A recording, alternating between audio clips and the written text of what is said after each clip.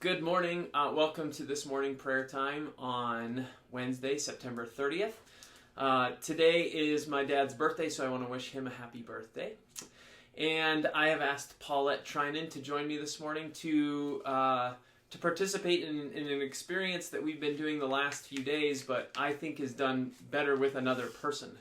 So we've been practicing dwelling in the Word, where we read a scripture, and then after we're done reading that scripture, we reflect together about what we heard in the text, what might have surprised us, or what questions we might ask someone, maybe a biblical scholar or someone who knows something about the story, any question that we have that might arise. Now, we may not answer those questions, but we can at least voice the questions. Okay? Okay.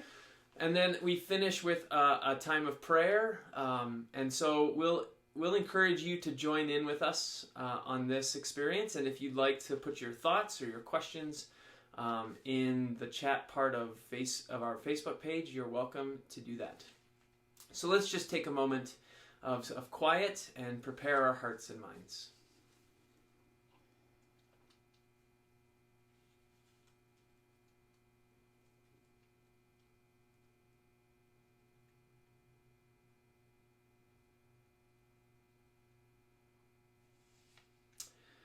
Our text for this morning is Exodus chapter 3, verses 1 through 15.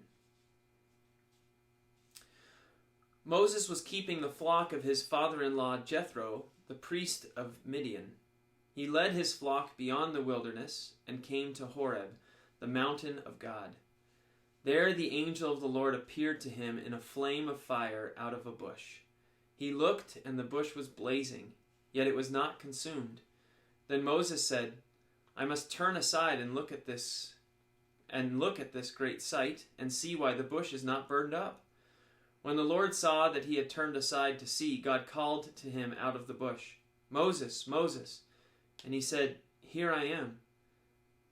Then God said, "Come no closer, remove the sandals from your feet, for the place on which you are standing is holy ground." God said further, "I am the God of your father, the God of Abraham, the God of Isaac, and the God of Jacob." And Moses hid his face, for he was afraid to look at God. Then the Lord said, "I have observed the misery of my people who are in Egypt. I have heard their cry on account of their taskmasters.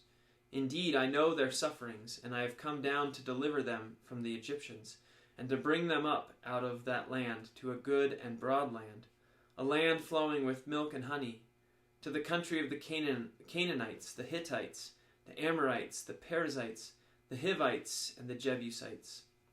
The cry of the Israelites has now come to me. I have also seen how the Egyptians oppress them. So come, I will send you to Pharaoh to bring my people, the Israelites, out of Egypt." But Moses said to God, "Who am I that I should go to Pharaoh and bring the Israelites out of Egypt?" God said, "I will be with you, and this shall be the sign for you, that it is I who sent you. When you have brought the people out of Egypt, you shall worship God on this mountain."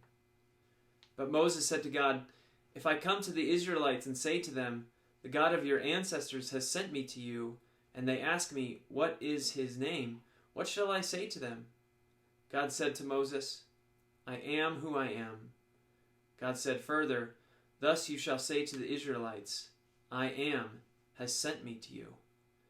God also said to Moses, "Thus you shall say to the Israelites, 'The Lord, the God of your ancestors, the God of Abraham, the God of Isaac, and the God of Jacob, has sent me to you. This is my name forever, and this my title for all generations."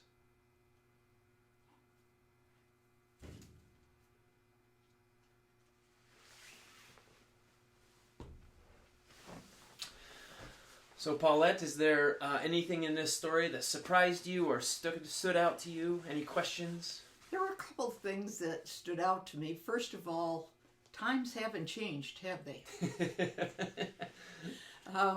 We're still fighting amongst people, and I guess it's never going to change, although we do make attempts to do that. Another thing that stood out to me and was kind of a personal thing that said, Moses hid his face when he first saw God. I think I would do the same thing. Yeah. I would be afraid.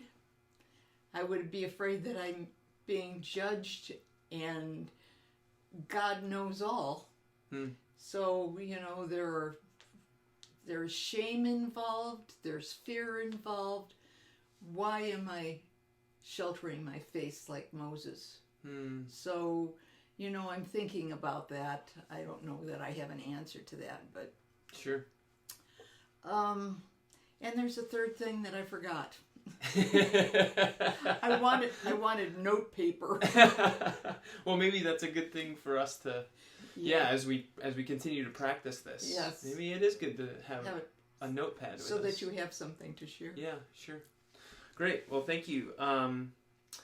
For me, I was drawn to what God said to Moses a couple times. He said, "I have heard the cry of my people, and see their oppression, and I'm here to do something about it." And that just stood out to me, and thinking about God paying attention. I think this says something about who God is. And then when the words "I am who I am," I kind of put that on me as I mature and get older. I am who I am. My insecurities in my younger age made me try to be somebody I wasn't, but I am who I am. Wow. Love me for who I am. Yeah. Yeah. Wow, that's pretty powerful. Yeah. Yeah, that's interesting. An amazing way to describe oneself is I am who I am. Yeah. And wow, we could really dig into that. Great. Well, we normally close this practice with just asking how we could pray for one another. So, do you have anything I could pray for you? You can pray for my health in old age. Okay. Okay.